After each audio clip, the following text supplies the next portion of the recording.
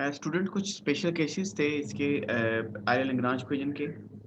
और special cases सबसे पहले हमने देखने हैं कि इसके स्पेशल केसेस क्या हैं, और इसमें केस 1 और केस 2 को डिस्कस करेंगे, और देन हम उससे रेलेवेंट प्रॉब्लम को डिस्कस करेंगे। में हमने आर्य लैग्रांज इक्वेशन ड्राइव की थी। अब इस लेक्चर में हम उसी आर्य लैग्रांज इक्वेशन के 2 स्पेशल केस डिस्कस करेंगे, जिसमें जो पहला केस है, if f is independent of y। देखिए हमारे पास आर्य लैग्रांज इक्वेशन क्या थी। हमारे पास आर्य लैग्रांज इक्वेशन थी partial f over partial y minus d over dx partial f over partial y prime is equal to 0। Student अगर f independent of y है तो आप सबको पता है if f is independent of y then partial f over partial y is equal to 0। और अगर partial f और partial y 0 के इक्वल होगा, आप हम इसको फर्स्ट इक्वेशन का नाम देते हैं, तो first equation implies that minus d over dx partial f over partial y prime equal to 0। It implies that d by dx partial f over partial y prime equal to 0। आप दोनों side पे integrate कर लें, partial f over partial y prime is equal to some constant, say a। partial f over partial y prime is equal to a। इस student जहां पर आप लोगों ने ये वाली इक्वेशन इस्तेमाल करनी है, अगर f इंडिपेंडेंट ऑफ y है तो ज्यादा बेहतर होगा कि आप ये लास्ट वाली इक्वेशन इस्तेमाल करें। इससे आपकी काफी वर्किंग बच जाएगी और आप किसी भी किस्म की कॉम्प्लिकेशन में नहीं जाएंगे। तब आपने सेकंड जो आइडेंटिटी याद रखनी है कि अगर f इंडिपेंडेंट ऑफ y हो तो सेकंड आइडेंटिटी हमारे पास है partial f over partial y prime equal to constant. Case जो सेकंड है, इफ f इज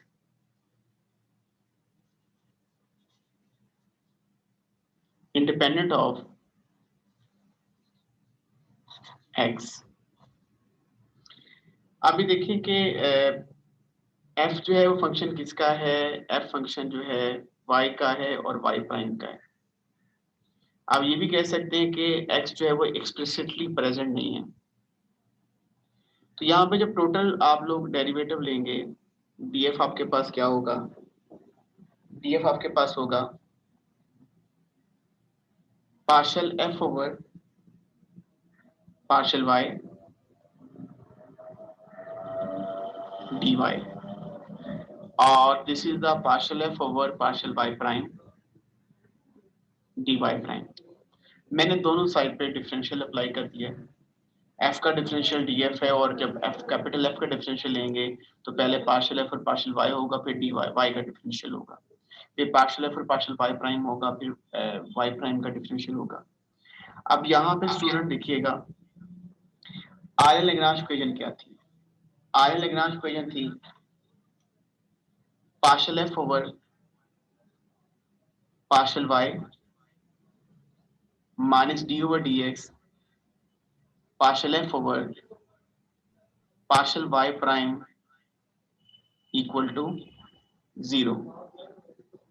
अब यहाँ पे फिर ऐसा करते हैं कि पार्शियल f और पार्शियल y की वैल्यूज निकाल लेते हैं, which is partial f over partial y equal to d by dx partial f over partial y prime. अब इसको आप कह दें कि ये आपके पास इक्वेशन नंबर 2 है और ये वाली आपके पास इक्वेशन नंबर 1 है। तो फर्स्ट इक्वेशन में हम करेंगे क्या, इस जगह पे पार्शियल f और पार्शियल y की वैल्यू पुट कर देंगे। तो df आपके पास क्या होगा, d over dx partial f over partial y prime, और साथ में क्या आ रहा है dy,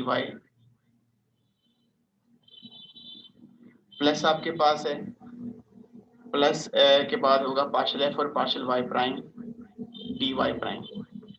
अगर आप नोट करेंगे राइट हैंड साइड जो है वो किसी न किसी फंक्शन का टोटल डेरिवेटिव है।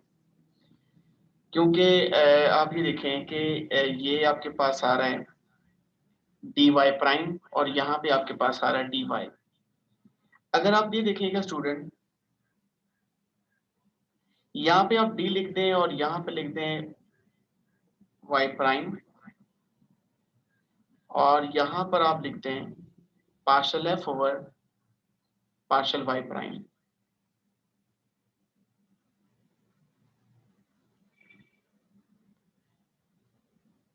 अगर मैं इसको वेरीफाई करूंगा, अब देखिएगा आप डिफरेंशियल अप्लाई कर रहे हैं।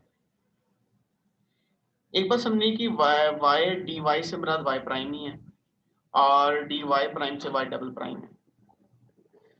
देखिएगा अगर आप इस पर d अप्लाई करें तो y प्राइम जो होगा वो एज इट इज होगा।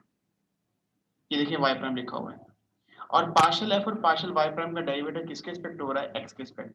This is the product rule. उसके प्लस आ रहा है, उसके पार्शियल f और पार्शियल y प्राइम वैसे ही आ रहा है और उसके बाद किसका डिफरेंशियल आ रहा है, y प्राइम का।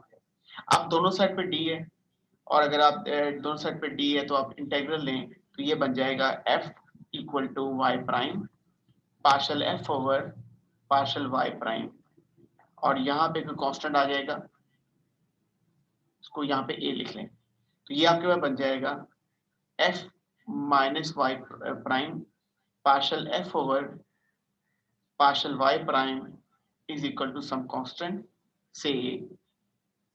तो इसका मतलब है कि क्लास जब फंक्शन जो होगा इंडिपेंडेंट ऑफ x होगा तो आपके लिए ज्यादा कन्वीनियंट होगा कि आप ये लास्ट रिजल्ट को इस्तेमाल करें। लास्ट रिजल्ट आपके पास कि आप ये कह सकते हैं दिस इज थर्ड आर्य-लैग्रांज इक्वेशन और ये कोई न्यू चीज नहीं है, ये आपने प्रीवियस आर्य-लैग्रांज इक्वेशन को मॉडिफाई किया है। आपने मॉडिफाई करके दो केसेस निकाले हैं। एक केस वो निकाला है जिसमें f जो है वो इंडिपेंडेंट ऑफ y है और दूसरा केस वो निकाला है जिसमें f जो है वो इंडिपेंडेंट ऑफ x है।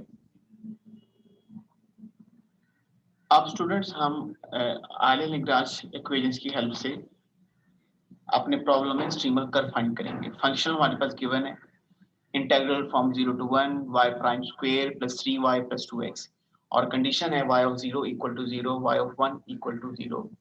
सबसे पहले ये देखें कि आपके फंक्शन में x भी है, y भी है, y प्राइम भी है। इसका मतलब है जो f है वो किसका फंक्शन है, x का, y का और y प्राइम का। ना यहाँ इस पे केस 1 इस्तेमाल होगा, ना यहाँ पे केस 2 इस्तेमाल होगा। यहाँ पे बेसिक आर्य-लैग्रांज कोई लगेगी जो क्या है partial f over partial y minus d over dx partial f over partial y prime equal to 0।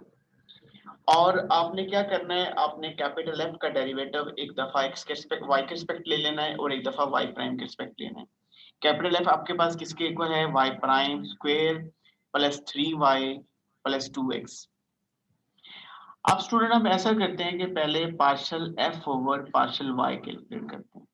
ये तो y प्राइम है, y प्राइम स्क्वायर है तो इसका डेरिवेटिव तो y के रिस्पेक्ट 0 हो जाएगा, x का डेरिवेटिव y के रिस्पेक्ट 0 हो जाएगा और y का डेरिवेटिव y के रिस्पेक्ट 1 तो आपका रिजल्ट आ जाएगा 3।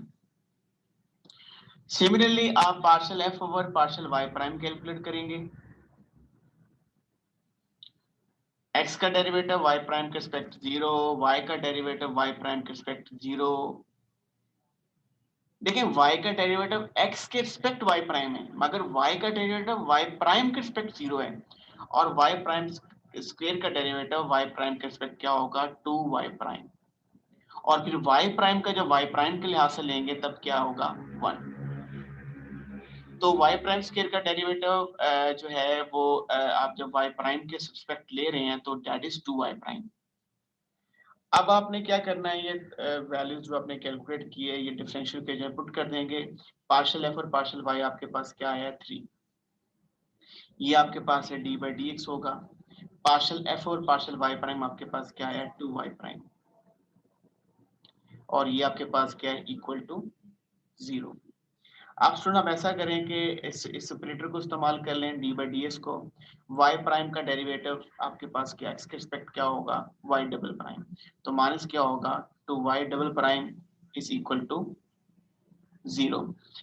अब स्टूडेंट जब आप आर्य-लैग्रांज इक्वेशन आप लोग अप्लाई करते हैं तो हमेशा आपको डिफरेंशियल इक्वेशन मिलती है। अब डिफरेंशियल इक्वेशन ये डिपेंड करता है कि आपके इंटीग्रेंट के ऊपर आपका इंटीग्रेंट कैसा है। अगर तो इंटीग्रेंट बहुत सिंपल है तो डिफरेंशियल इक्वेशन बहुत सिंपल बनेगी और उसको सॉल्व करना आसान होगा, और अगर थोड़ा सा कॉम्प्लेक्स हो जाता है तो डिफरेंशियल इक्वेशन कॉम्प्लेक्स हो जाएगी। और लेकिन बस आपके पास तमाम टूल्स होने चाहिए डिफरेंशियल इक्वेशन को सॉल्व करने के। सबसे आसान टूल आपको पता है क्या है, सेपरेबल वेरिएबल है, उसके बाद आपने एक्सेल की इक्वेशन निकाल के सॉल्व करना होता है। खैर यहाँ पे जो डिफरेंशियल इक्वेशन बनी है ये बहुत सिंपल है। आप क्या करेंगे, आप यहाँ पे लिखेंगे -2y double prime is equal to क्या होगा -3, और y डबल प्राइम आपके पास होगा 3/2। आप इसको एक बार इंटीग्रेट करें तो y प्राइम आपके पास आ जाएगा 3/2x प्लस c1, और एक बार फिर इंटीग्रेट करेंगे तो अब y आपके पास आ जाएगा 3/4 हो जाएगा, और ये x स्क्वायर होगा, और यहाँ पे c1 के साथ क्या आएगा x, और साथ में एक और कांस्टेंट आ जाएगा c2। अब अपने स्टूडेंट क्या करना है कि इन कांस्टेंट्स को कैलकुलेट करना है। कंडीशन आपके पास दी हुई है, और पहली कंडीशन आपके पास क्या है y of 0 is equal to 0, और दूसरी कंडीशन आपके पास क्या है y ऑफ 1 इक्वल टू 1। तो स्टूडेंट पहली कंडीशन लगाते हैं, पहली कंडीशन है y of 0 is equal to 0, तो जहां जहां x है वहां पे 0 और y की जगह पे भी 0, तो ये 0 हो जाएगा। x 0 है, x 0 है, तो c2 आपके पास क्या होगा, c2 आपके पास पर्टिकुलराइज होके 0 बन जाएगा।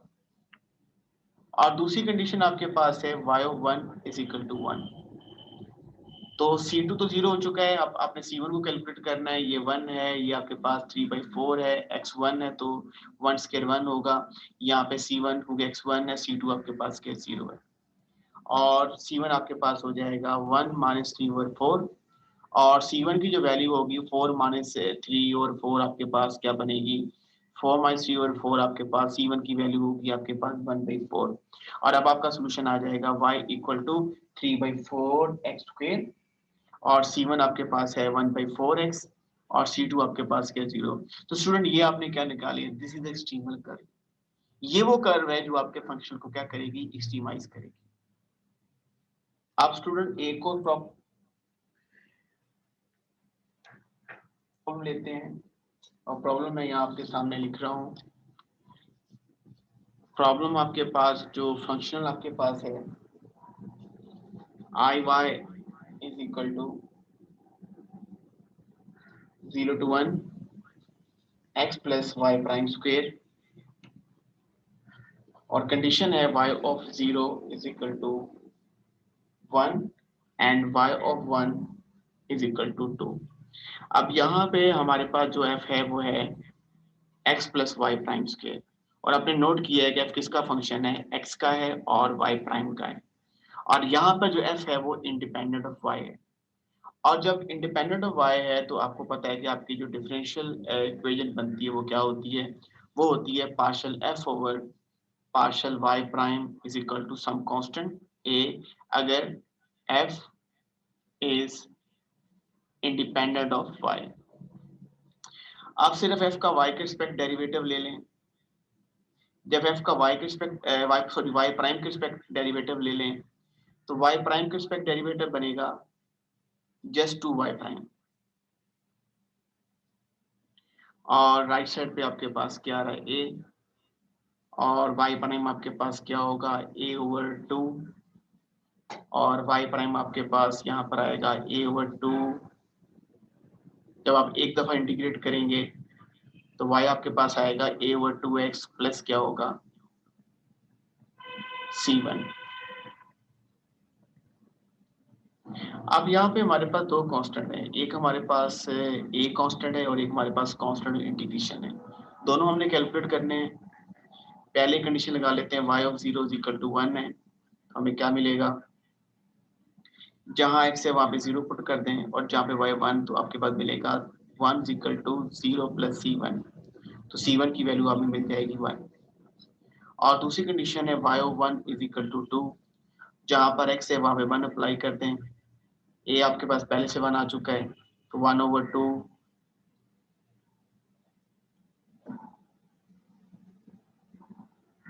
यहाँ पर आपके पास जो C1 की वैल्यू है स्टूडेंट वो 1 आई है, ए तो आपने कैलकुलेट करना है, तो ए की जगह पर आप ए ही रखेंगे और x की जगह 1 होगा, और यहाँ पर आपके पास क्या होगा 1, और ये इक्वल टू आपके पास क्या होगा 2, और ये आप ट्रांसफर करेंगे तो a ओवर 2 आपके पास क्या होगा 1, और यहाँ से a आपको मिल जाएगा 2, और आपकी जो रिक्वायर्ड एक्सट्रीमल कर्व आपके पास होगी which is y equal to 2 over 2x plus 1, और y आपके पास होगा y equal to x plus 1। Next problem है use calculus variation to prove that a straight line is the curve with shorter distance between two given points, यानी कि two given points के दरमियान अगर कोई कर्व। स्टूडेंट ये बेसिकली मोटिवेशन है आपका आपकी वेरिएशनल कैलकुलस की, कि आपने जैसे कि देखा है कि हमने तीन तरह के प्रॉब्लम यहाँ पे डिस्कस किए हैं। एक प्रॉब्लम हमने डिस्कस किया हुआ है जियोडेसिक डिस्कस किया हुआ है, एक हमने ब्राकिस्टोक्रोन डिस्कस किया हुआ है, और एक हमने डिडोस प्रॉब्लम डिस्कस किया हुआ है।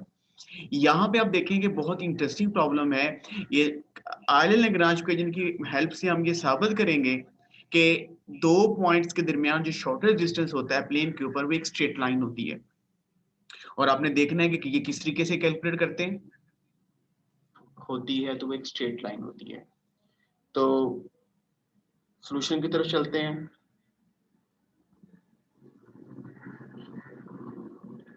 अभी देखिए कि आपके पास मैं प्लेन पे दो पॉइंट्स ले लेता हूँ। एक पॉइंट मेरे पास ए है और सेकंड पॉइंट मेरे पास बी है, और मैं कर्व ड्रा कर लेता हूँ ए और बी के दरमियान एक फर्जी सी, मगर ये आपके माइंड में रहे कि ये कर्व शॉर्टेस्ट कर्व नहीं है ए और बी के दरमियान। मैं इस पे दो नेबरिंग पॉइंट्स लेता हूँ ए बी कर्व के ऊपर। एक पॉइंट पी है, पी के कोऑर्डिनेट्स एक्स एंड वाई हैं, क्यू के जो कोऑर्डिनेट्स हैं वो x plus delta x and y plus delta y. P से परपेंडिकुलर ड्रा किया, क्यू से परपेंडिकुलर ड्रा किया, इसको अब नाम कैपिटल एल, इसको कैपिटल एम रखते हैं, और एक पी से परपेंडिकुलर ड्रा किया क्यू एम के ऊपर, इसको आर करते हैं। ये डेफिनेटली ये आपके पास डेल्टा एक्स होगा और ये डेल्टा वाई होगा। ये लेंथ ऑफ आर्क पूरी ए टू बी आप इसको कह देंगे एस है, स्मॉल पार्ट आप इसको डेल्टा एस कह लें। और यहाँ पर अगर आप पी और क्यू और पी बहुत क्लोज हैं तो आप लिख सकते हैं del x square plus del x square plus del y square. अब चूंकि जब हम कहते हैं कि Q और P बहुत क्लोज हैं, when Q approaches to P, तो उसका मतलब ये होगा कि डेल्टा एक्स जो है वो जीरो को अप्रोच कर रहा है। तो आप इसको इस सेंस में लिख सकते हैं D S square is equal to D X square D Y square. आप स्क्वायर रूट ले लें, डी एस आपके पास होगा square root of D X square plus D Y square. आप उसके साथ इसी स्टेप पे इंटेग्रल ले लें ए टू बी, आपको लेंथ ऑफ आर्क प्रोवाइड हो जाएगी A to B, this is equal to S. तो एस आपके पास होगा integral A to be square root of D x square plus D y square, मगर मैं यहाँ पे डी एक्स स्क्वायर कॉमन ले रहा हूँ, ये आपके पास होगा 1 plus D y over d x whole square, और डी एक्स स्क्वायर यहाँ पे आके हो जाएगा डी एक्स हो जाएगा, और this is equal to a to b 1 plus y prime square square root of 1 plus y prime square d x. और आपको ये मैंने प्रीवियस लेक्चर्स में भी बता चुका हूँ, ये लेंथ ऑफ आर्क का फॉर्मूला है। अब हमने करना क्या है, क्लास ये हमारे पास फंक्शनल है, हमने इसको सिमाइज करना है। हमने वो कर्व फाइंड करनी है जिसपे हमें एस की वैल्यू सबसे कम मिले। तो हम क्या करेंगे, हम इस कर्व जो फाइंड करेंगे वो आयरलैंड-लैग्रांज इक्वेशन से फाइंड करेंगे। तो स्टूडेंट एस हमारे पास है एस इक्वल टू इंटीग्रल होगा from a to b square root of 1 plus y prime square, और हमारे पास f जो है क्या है 1 plus square root of 1 plus y prime square. आपने एक तो आयल लैग्रांज इक्वेशन पढ़ी थी, पहली इक्वेशन कौन सी थी, partial f over partial y minus d over dx partial f over partial y prime is equal to 0। दूसरी इक्वेशन आपके पास थी partial f over partial y prime is equal to constant, और ये कब थी, जब था f is independent of y। और उसके बाद जो तीसरी इक्वेशन थी f minus y prime partial f over partial y prime is equal to constant a, जब आपके पास था f is independent of x। तो क्लास इंडिपेंडेंट ऑफ y में आपकी ज्यादा सिंपलेस्ट आरएल इक्वेशन है बनिस्बत f is independent of x। तो हम ये सेकंड इक्वेशन को अडॉप्ट करेंगे क्योंकि सेकंड के थ्रू हम जल्दी अपने रिजल्ट तक पहुंच जाएंगे। तो हम क्या करेंगे, इक्वेशन इस्तेमाल करेंगे partial f over partial y prime is equal to c, और f हमारे पास क्या है 1 plus y prime square whole square root. यहाँ पे स्टूडेंट हम f का y प्राइम के रिस्पेक्ट डेरिवेटिव लेंगे, partial f over partial y prime क्या होगा, डेफिनेटली पावर ड्रॉप होगी, पावर में से जब आप लोग 1 माइनस करेंगे, डेरिवेटिव का प्रोसेस है, 1 प्लस आपके पास आएगा y प्राइम स्क्वायर, और 1 का डेरिवेटिव 0, और y प्राइम का आपके पास y प्राइम स्क्वायर का होगा 2y प्राइम, और partial f over partial y prime आपके पास आ जाएगा y prime over square root of 1 plus y prime square. अब स्टूडेंट आप जो सेकंड इक्वेशन आपने लिखा लैग्रांज इक्वेशन से पुट करेंगे partial f over partial y prime की value, partial f over partial y prime आपके पास हो जाएगा y prime over 1 plus y prime square is equal to c। अब स्टूडेंट आपने करना क्या है, अब हमने ये जो इक्वेशन जिसको मैं रेक्टेंगुलर बॉक्स पे लिख रहा हूँ, हमने इसको सॉल्व करके y निकालना, और y हमारे पास एक्सट्रीमल कर्व होगी। पहले हम इसको स्क्वायर रूट को खत्म करेंगे, सिंपलीफाई करेंगे, और कोशिश करेंगे y प्राइम हमारे पास एक ही तरफ होना चाहिए, दो जगह पे नहीं होना चाहिए। तो सबसे पहले स्क्वायर ले लेते हैं, y prime over 1 plus y prime square whole square y prime over square root of 1 plus y prime square is equal to c। यहाँ पे स्टूडेंट स्क्वायर जब लेंगे तो ये होगा y प्राइम स्क्वायर, नीचे से स्क्वायर रूट कैंसिल हो जाएगा, 1 प्लस y प्राइम स्क्वायर रहेगा is equal to c। Cross multiplication करें, y prime square is equal to इसको c स्क्वायर लिखें, sorry c square into 1 plus y prime square, y prime square is equal to c square plus आपके पास होगा y prime square into c square. y prime square common लें, 1 minus c square is equal to c square, और y prime square आपके पास होगा c square over 1 minus c square, और y prime आपके पास होगा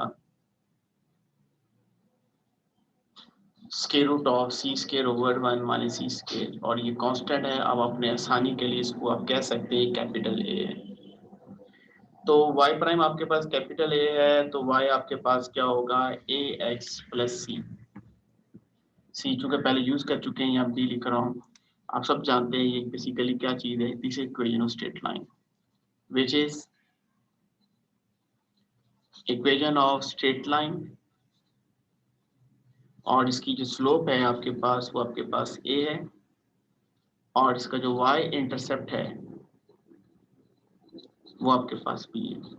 सर स्टूडेंट आपने देखा यहाँ पे हमने कंक्लूड किया है कि दो पॉइंट्स के दरमियान एक ऐसी कर्व जो हमें शॉर्टेस्ट डिस्टेंस देती है वो एक स्ट्रेट लाइन है। अब स्टूडेंट हम इस 3 प्रॉब्लम्स कर चुके हैं, अब अपने वो तमाम प्रॉब्लम्स करने हैं जिनमें f फंक्शन होगा x का, y का और y प्राइम का।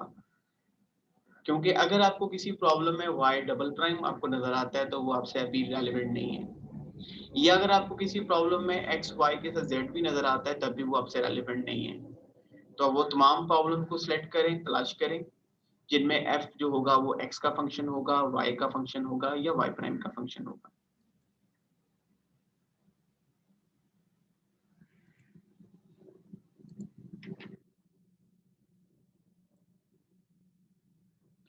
जी स्टूडेंट, यहाँ पे आपको बताया गया है कि किस तरीके से आपने प्रूफ किया है कि जो 2 पॉइंट के दरमियान जो शॉर्टर डिस्टेंस होता है वो आपके पास एक स्ट्रेट लाइन होती है, और एंड में हमने एक स्ट्रेट लाइन की इक्वेशन ड्राइव की है, और जो कंक्लूड करती है आपके टॉपिक की ज़्यादा एप्लीकेशन बताती है कि जिससे आप में इंटरेस्ट भी डेवलप होती है कि आप लोग ये जो टॉपिक्स पढ़ रहे हैं डेफिनेटली फिजिक्स के अंदर इसकी बहुत ज़्यादा इसका रोल है। अब इसमें बेसिकली ये आपकी जो प्रॉब्लम था ये फर्स्ट आर्लन-लैग्रांज इक्वेशन से रेलेवेंट था। यहाँ पे टोटल 5 आर्लन-लैग्रांज इक्वेशंस हैं। मैं यानी कि सेकंड आर्लन-लैग्रांज इक्वेशन कैसी है? सेकंड आर्लन-लैग्रांज इक्वेशन में y भी होगा, y प्राइम भी होगा, y डबल प्राइम भी होगा एंड सो ऑन। और थर्ड आर्लन-लैग्रांज इक्वेशन में y भी होगा, z भी होगा एंड z प्राइम भी होगा। अभी तक जो आपकी मैथमेटिकल फिजिक्स में आपको कुछ प्रॉब्लम्स करने होंगे खुद से, कुछ एक्सरसाइजेज हैं, बहुत ज़्यादा वर्किंग आपको करनी पड़ेगी। आपको स्टूडेंट वो प्रॉब्लम देखने होंगे कि जिसके अंदर एक्स जो जिनमें फंक्शन जो है इंटीग्रेंड जो है वो आपके पास एक्स वाई और वाई प्राइम का फंक्शन है, तो उन सवालों को आप नहीं कर पाएंगे जिनमें वाई डबल प्राइम आपको नजर आ जाता है या जेड प्राइम नजर आ जाता है, ठीक है, तो वो प्रॉब्लम आप नहीं कर सकेंगे। तो यहाँ पे स्टूडेंट्स